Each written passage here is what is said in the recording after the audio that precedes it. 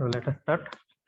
তো লাস্ট দিন আমি বলেছিলাম যে আজকে জেনারেলাইজড পিজিয়ন হোল প্রিন্সিপাল বা জিপিপি এখান থেকে শুরু করব।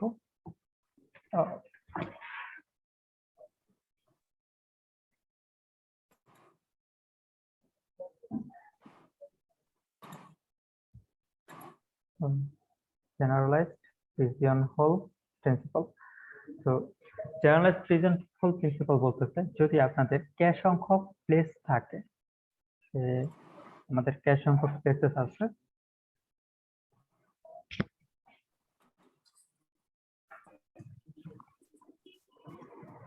এখানে কে সংখ্যক প্লেসেস আছে এন্ড অবজেক্ট আছে কে প্লাস 1 এর চেয়ে বেশি সংখ্যক অবজেক্ট। কে প্লাস 1 এর চেয়ে বেশি কতগুলা?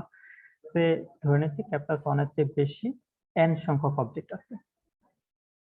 ওকে, তাহলে যদি কে প্লাস 1 এর চেয়েও বেশি সংখ্যক অবজেক্ট থাকে সেই ক্ষেত্রে আমরা এখানে বলবো যে এখানে অ্যাটলিস্ট একটা প্লেস পাওয়া যাবে যেই প্লেসে at least n divided by k এটার সিলিং সংখ্যক নাম্বার অফ এলিমেন্টস থাকবে।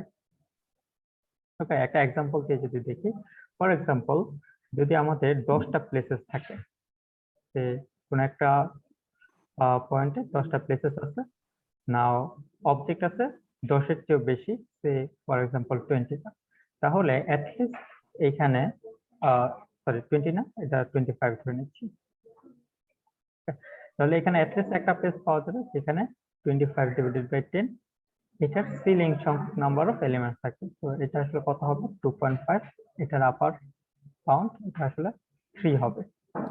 ওকে, এই সাইনটা হয়তো বা আপনারা অনেকে নতুন দেখতে পারেন। এই সাইনটার মানে হচ্ছে কোনো একটা ফ্র্যাকশনাল নাম্বারের সিলিং বের করা। সাপোজ 3.4 যদি একটা নাম্বার হয়, এটার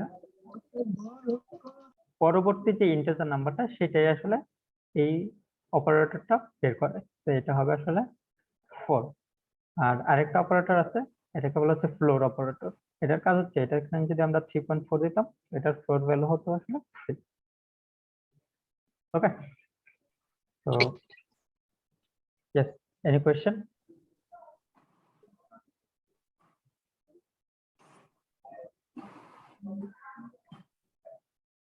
ওকে, ওটা একটা এক্সাম্পল দেখি। এখানে দেখেন একটা এক্সাম্পল বলা আছে, if there are n equals to 80 students in a class, suppose কোন একটা ক্লাসে 280 জন স্টুডেন্ট আছে এবং প্রতি বছরে 52টা উইকস আছে।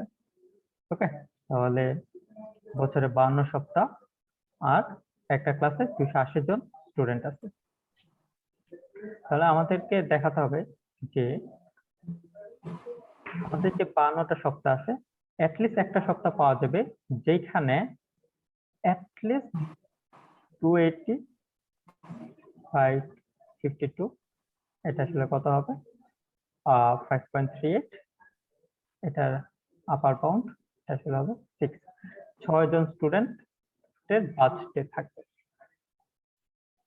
ওকে, তো 280 জন স্টুডেন্ট যদি একটা ক্লাসে থাকে এবং বছরে যদি 52টা সপ্তাহ হয়, তাহলে অ্যাটলিস্ট একটা সপ্তাহ পাওয়া যাবে যেখানে অ্যাটলিস্ট 6 জনের বাজেটে থাকবে।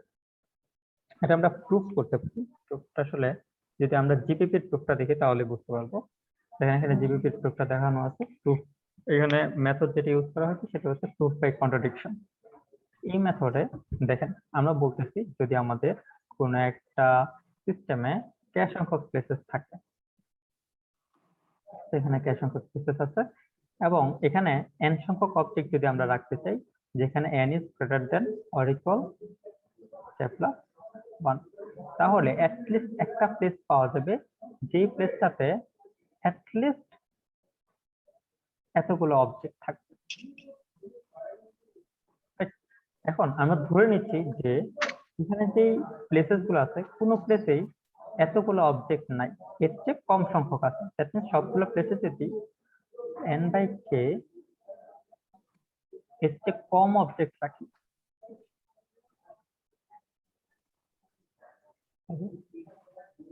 এখানে যতগুলো অবজেক্ট আছে এটা less than n by k যদি হয়, তাহলে প্রত্যেকটা প্লেসে যদি আমরা বলি যে এখানে প্রত্যেকটা প্লেসে n বাই k এটার আপার বাউন্ড এটার চেয়ে কম সংখ্যক অবজেক্ট আছে, তাহলে কে সংখ্যক প্লেসে টোটাল অবজেক্ট সংখ্যা কত হবে? লেস দেন n বাই কে, এটার আপার বাউন্ড, এটা মাল্টিপ্লাইড বাই কে, এটা হচ্ছে টোটাল অবজেক্ট হবে। আমাদের এখানে কে সংখ্যক প্লেসেস আছে, আমরা ধরে নিচ্ছি প্রত্যেকটা প্লেসে মোস্ট এতগুলা অবজেক্ট থাকতে পারে, বা এর চেয়ে কম সংখ্যক অবজেক্ট থাকে। এর চেয়ে কম সংখ্যক অবজেক্ট থাকে, তাহলে টোটাল অবজেক্ট হবে কতগুলা? কে সংখ্যক প্লেস আছে ওটা মাল্টিপ্লাই করে দিলেই হবে। রাইট। এখন আমরা যদি এটাকে আরেকটু ডিটেইলে দেখাই, ফর এক্সাম্পল এটা লেস দেন বলছে, তো এটা যদি লেস দেন আর ইকুয়াল দেখাতে চাই, সেক্ষেত্রে কি হবে? আমরা এখানে একটা জিনিস দেখাতে পারছি,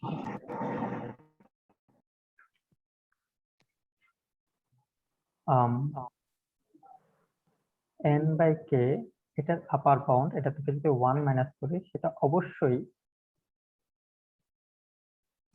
n বাই কে, এটার আপার বাউন্ড হবে।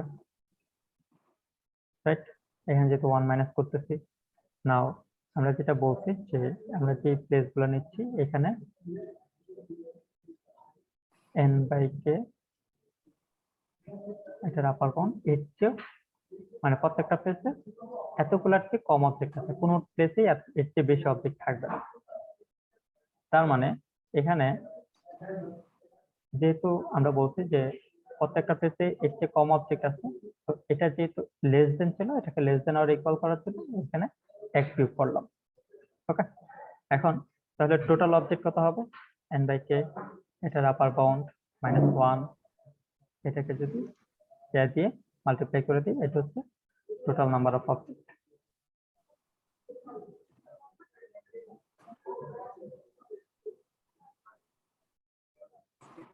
নাও এটা হচ্ছে এট মোস্ট,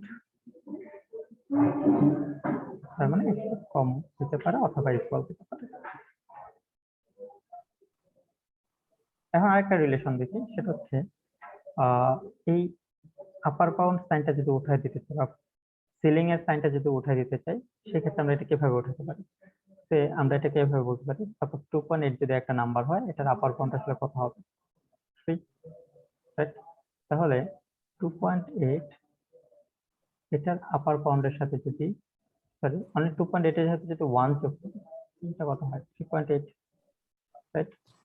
নাও এখান থেকে আমরা কি এই রিলেশনটা আনতে পারি যে n বাই কে, এটার আপার বাউন্ড, এটা অলওয়েজ লেস দেন হবে হচ্ছে n বাই কে প্লাস 1। এটা আসলে কি ছিল? n এর ভ্যালু যদি সাপোজ 28 হয়, আর k এর ভ্যালু যদি 10 হয়, তাহলে n বাই কে এটা হবে হচ্ছে 2.8, এটার আপার বাউন্ড হবে হচ্ছে 3, আর n বাই কে এটা হচ্ছে 2.8 হবে, এটার সাথে 1 যোগ করলে এটা 3.8 হবে। তার মানে 3 অলওয়েজ লেস দেন 3.8 হবে। রাইট, তাহলে হচ্ছে এই রিলেশনটা যদি আমরা এখানে বসে অ্যাপ্লাই করি, তার মানে এটা হয়ে যাবে তখন n by k plus 1 minus 1 multiplied by k, এটা তখন লেস দেন না হয়ে, এটা লেস দেন ইকুয়াল না হয়ে, এটা সরাসরি লেস দেন বসাতে পারি, এটা হবে total number of object.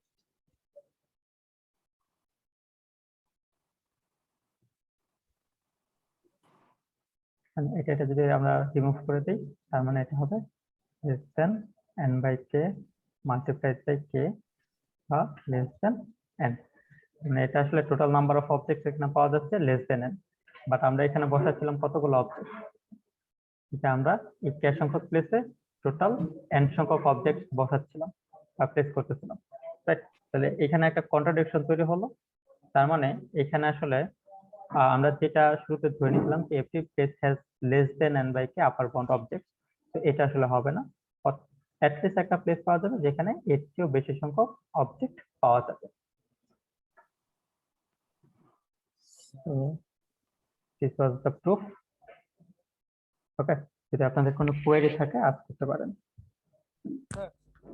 Yes sir, এখানে আপার বাউন্ড না ধরে মানে আপার বাউন্ড ধরা হচ্ছে কেন? আর আপার বাউন্ড না ধরে যদি আমরা লোয়ার বাউন্ড, আপার বাউন্ড -1 না করে যদি লোয়ার বাউন্ড লিখতাম, তাহলে কি হতো স্যার? তাহলে কি হতো, অ্যাকচুয়ালি আমরা আপার বাউন্ড ইউজ করতেছি কারণ এখানে একটা আপার বাউন্ড ছিল। আমরা যখন প্রিন্সিপালটা বলতেছিলাম, প্রিন্সিপালে আসলে আপার বাউন্ড ছিল, লোয়ার বাউন্ড ছিল না, এই জন্য আমরা আপার বাউন্ড ইউজ করতেছি। আর লোয়ার বাউন্ড যদি আনেনি, যে এখানে লোয়ার বাউন্ড আনতে যাচ্ছিলেন,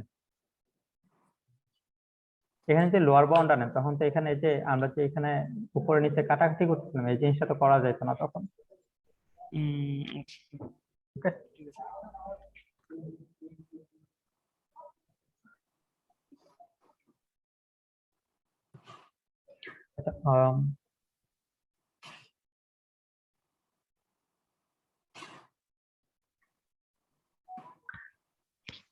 আমরা আরেকটা এক্সাম্পল দেখি। এই এক্সাম্পলে বলা আছে যে there are 280 people in a party, একটা পার্টিতে 280 জন লোক আছে। without knowing anybody's birthday, what is the largest value of n for which we can prove that at least n people must have been born in the same month? ওকে, তাহলে 280 জন যদি একটা পার্টিতে থাকে, তাহলে আমাদেরকে বের করতে হবে যে এখানে লিস্ট কতজন থাকবে যারা সেম মান্থে জন্মগ্রহণ করবে। ওকে, তাহলে আমাদের এখানে নাম্বার অফ মান্থ বা প্লেসের সংখ্যা কত হবে? 12। এটা হচ্ছে বছরে কয়টা মান্থ আছে, আর এখানে নাম্বার অফ পিপল বা যত মানে অবজেক্ট আছে হচ্ছে 280টা। ওকে, এই 280 জনকে এখানে আমরা বসাবো। তো প্লেস আছে হচ্ছে 12, অবজেক্ট আছে 280। তাহলে আমরা এখান থেকে কত পাবো যদি আমরা জিপিপি অ্যাপ্লাই করি? n/k, এটার আপার বাউন্ড পাবো। তো এটার আপার বাউন্ড হবে 280, 12, এটার আপার বাউন্ড, এটার আপার বাউন্ড কত হবে? 24 স্যার। 24। জি স্যার। ঠিক আছে, তাহলে অ্যাটলিস্ট 24 জন পিপল পাওয়া যাবে যাদের বার্থডে সেম মান্থে হবে। এটাই হচ্ছে n এর ভ্যালু, হবে হচ্ছে 24।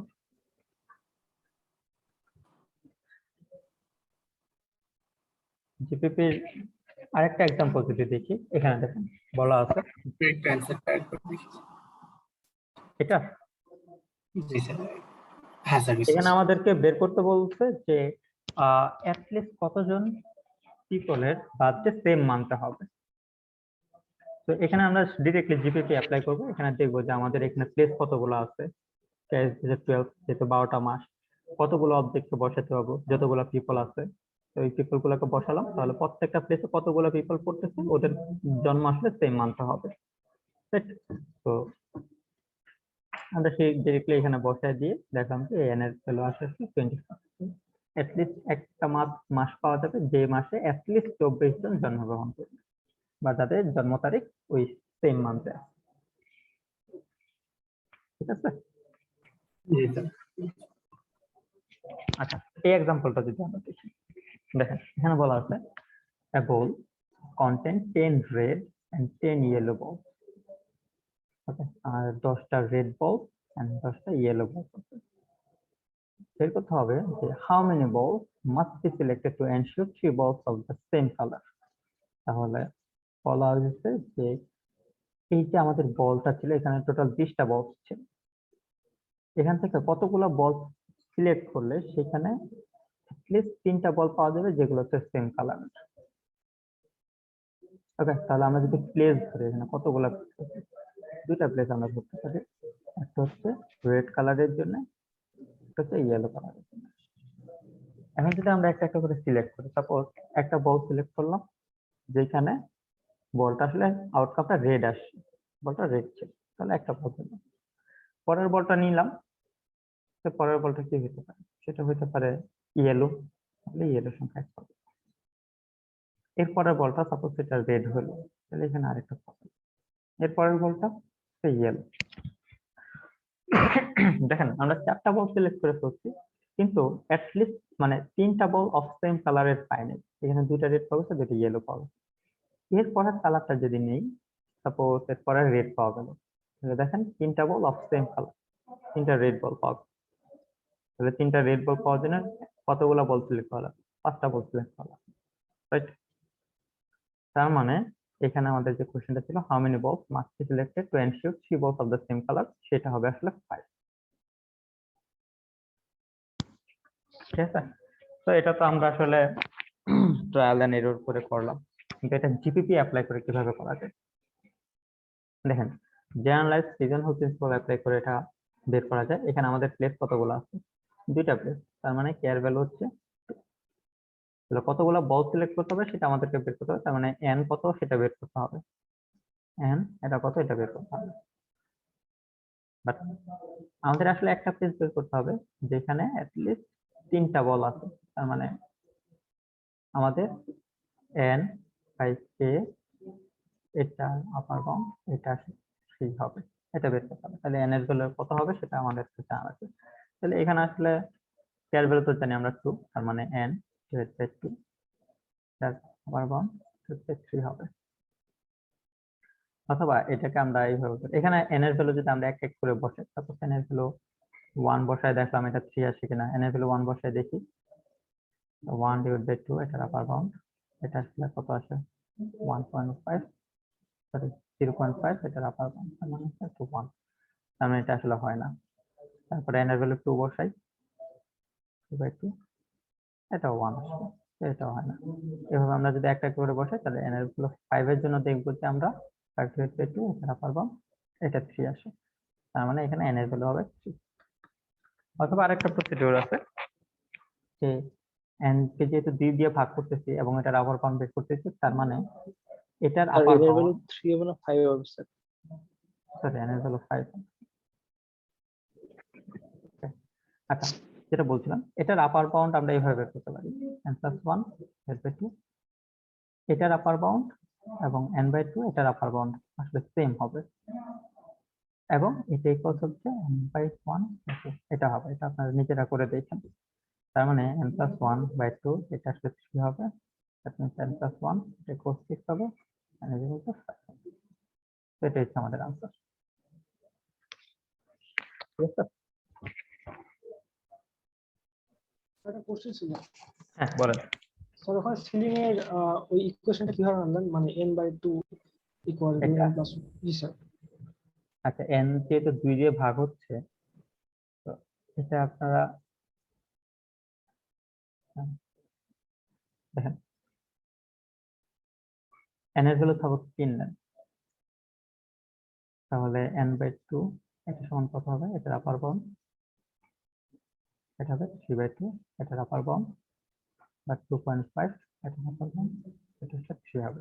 স্যার সিলিং এর একটা প্রপার্টি n + 1/2, হ্যাঁ এটার একটা স্যার প্রপার্টি 1.5 হবে স্যার। 1.5 হবে না স্যার? স্যার এটাও n এর ভ্যালু 3 নিতে 3 হলে এটা 1.5 হবে, সেটা ঠিক হবে সেক্ষেত্রে। আচ্ছা, n + 1 তাহলে কত হবে, এটা 4 হবে ডিভাইড বাই 2 এটার আপার বাউন্ড, তার মানে 3 এর আপার বাউন্ড, মানে এটা 3 হবে। দেখেন এটা সেম আসতেছে। ওকে, আবার ডিরেক্টলি n + 1/2 এটা যদি করেন, তার মানে 3 + 1 ইনটু 4/2, তার মানে এই তিনটা ভ্যালু আসলে সেম আসতেছে। ওকে, এই জন্য তখন আমরা এইভাবে লিখতে পারতাম তো এটার আপার বাউন্ড +1/2 এটার আপার বাউন্ড +1/2। ওকে, নাও আমরা পরের এক্সাম্পলটা যদি দেখি, এখানে দেখেন, এখানে সিনারিওটা same, a ball contains 10 red and 10 yellow balls, but কোশ্চেনটা হচ্ছে how many balls must be selected to ensure 3 yellow balls। 3 তো হলো,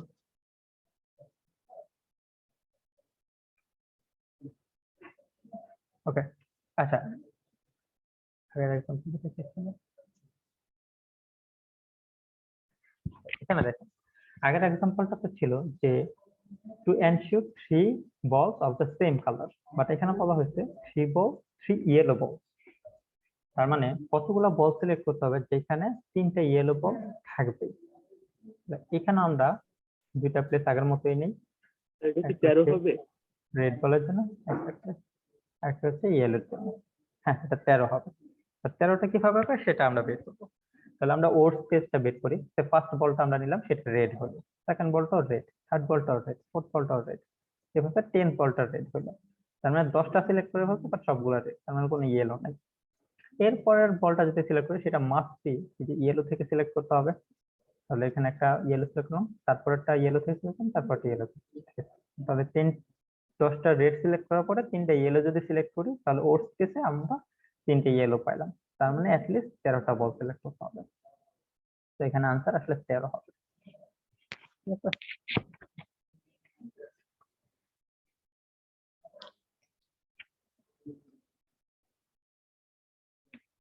আচ্ছা, এরপরের এক্সাম্পলটা দেখি।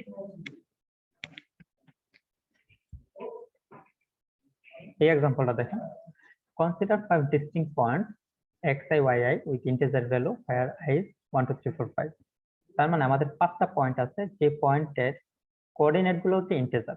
5টা পয়েন্ট হচ্ছে x1 y1 x2 y2 x3 y3 x4 y4 and x5 and y5। এই 5টা কোঅর্ডিনেট আছে। তো আমাদেরকে আসলে প্রুফ করতে হবে যে show that the midpoint of at least one pair of these 5 points also has integer coordinate। তার মানে যে কোনো দুটো পয়েন্টের মিড পয়েন্ট যদি নেই, সেই মিড পয়েন্টটা অবশ্যই ইন্টিজার কোঅর্ডিনেট হবে। তাহলে আমরা দেখি, ফর এক্সাম্পল আমাদের ফার্স্ট যে পয়েন্ট আছে সেটার কোঅর্ডিনেট হচ্ছে 1 1, আর সেকেন্ড পয়েন্টের কোঅর্ডিনেট হচ্ছে 2। তাহলে এই দুটার মিড পয়েন্ট কিভাবে পাওয়া যাবে? মিড পয়েন্ট পাওয়া যাবে x কোঅর্ডিনেটকে যদি এভারেজ করি +2 z/2, আর y কোঅর্ডিনেটকে যদি এভারেজ করি 1+2। এটা হবে এই দুইটা পয়েন্টের মিড পয়েন্ট। এই মিড পয়েন্টটা দেখেন আসলে কত আসলো, 1 + 2 / 2, এটা 0.5 আসে, সেকেন্ডটা হলো 1.5 আসে। তাহলে এখানে দেখেন এই যে মিড পয়েন্ট পাওয়া গেল, যে মিড পয়েন্টটা কিন্তু আসলে ইন্টিজার কোঅর্ডিনেট না, এখানে কিন্তু আসলে ফ্লোট নাম্বার চলে আসছে।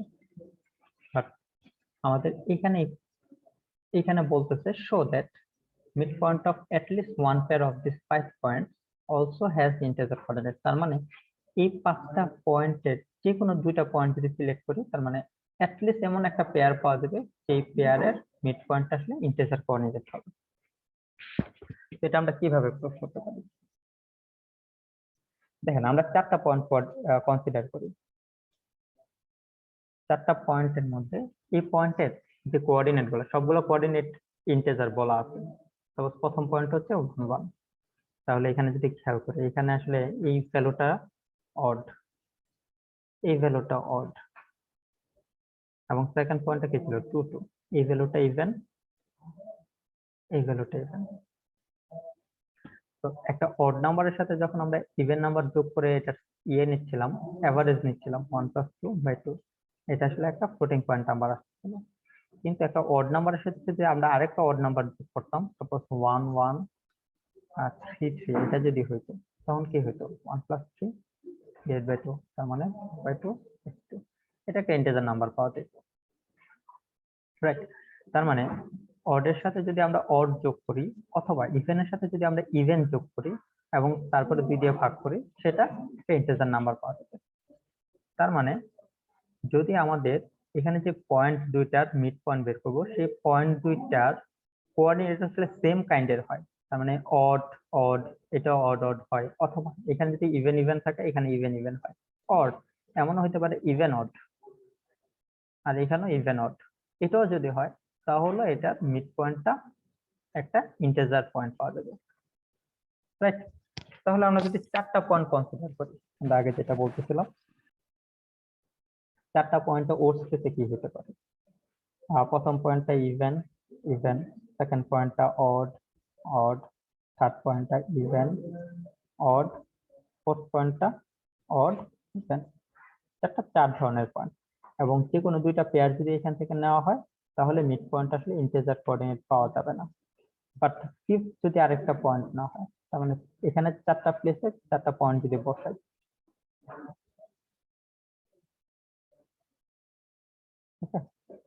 এখন ফিফথ যদি আরেকটা পয়েন্ট নেই, সেই পয়েন্টটা এই চারটা কাইন্ডের যে কোনো একটা কাইন্ড হবে,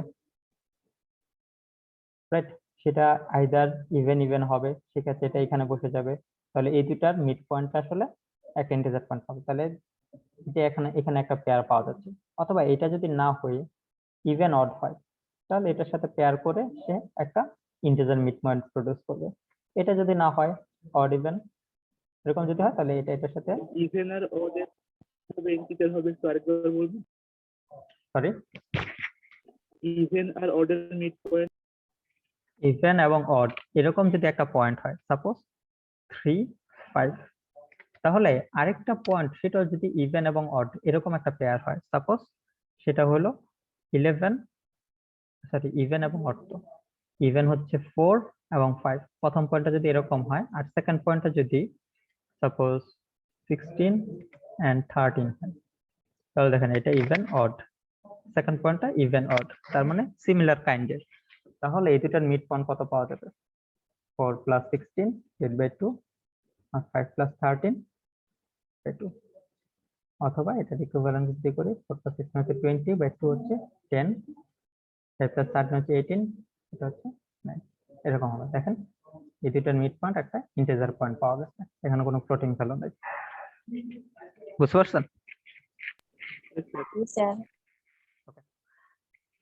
তাহলে এখানে দেখা যাচ্ছে যে চারটা পয়েন্ট যদি সবগুলো ডিফারেন্ট ডিফারেন্ট কাইন্ডের হয় এবং নতুন ফিফথ পয়েন্টটা যদি নেই, তাহলে সেই ফিফথ পয়েন্টটা অবশ্যই চারটা কাইন্ড যে কোনো একটা কাইন্ড হবে এবং ওই কাইন্ডের সাথে সে পেয়ার করে একটা মিড পয়েন্ট জেনারেট করবে, যে মিড পয়েন্টটা অবশ্যই একটা ইন্টিজার পয়েন্ট হবে।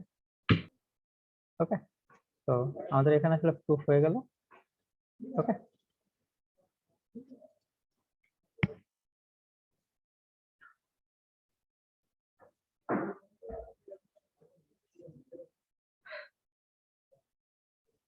তো এখানে আসলে আমরা যেটা ইউজ করলাম সেটা আসলে নর্মাল পিজন হল প্রিন্সিপাল। যেহেতু আমরা এখানে চারটা প্লেস নিচ্ছি, যে চারটা প্লেসে 4 ধরনের পয়েন্ট থাকতে পারে, ফিফথ আর একটা প্লেস পয়েন্ট নিচ্ছে যেটা আসলে এখানকার অলরেডি যে এক্সিস্টিং পয়েন্ট গুলো আছে সেই পয়েন্টের যে কোনো একটা কাইন্ডের সাথে ম্যাচ করবে।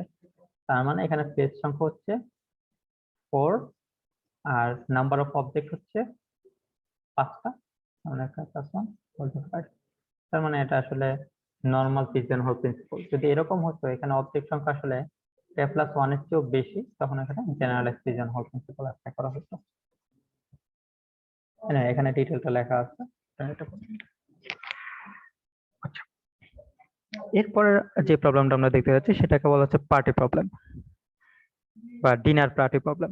এই প্রবলেমটা হচ্ছে যে যদি কোনো একটা পার্টিতে 6 জন পিপল থাকে বা 6 জন গেস্ট থাকে হোস্ট সহ,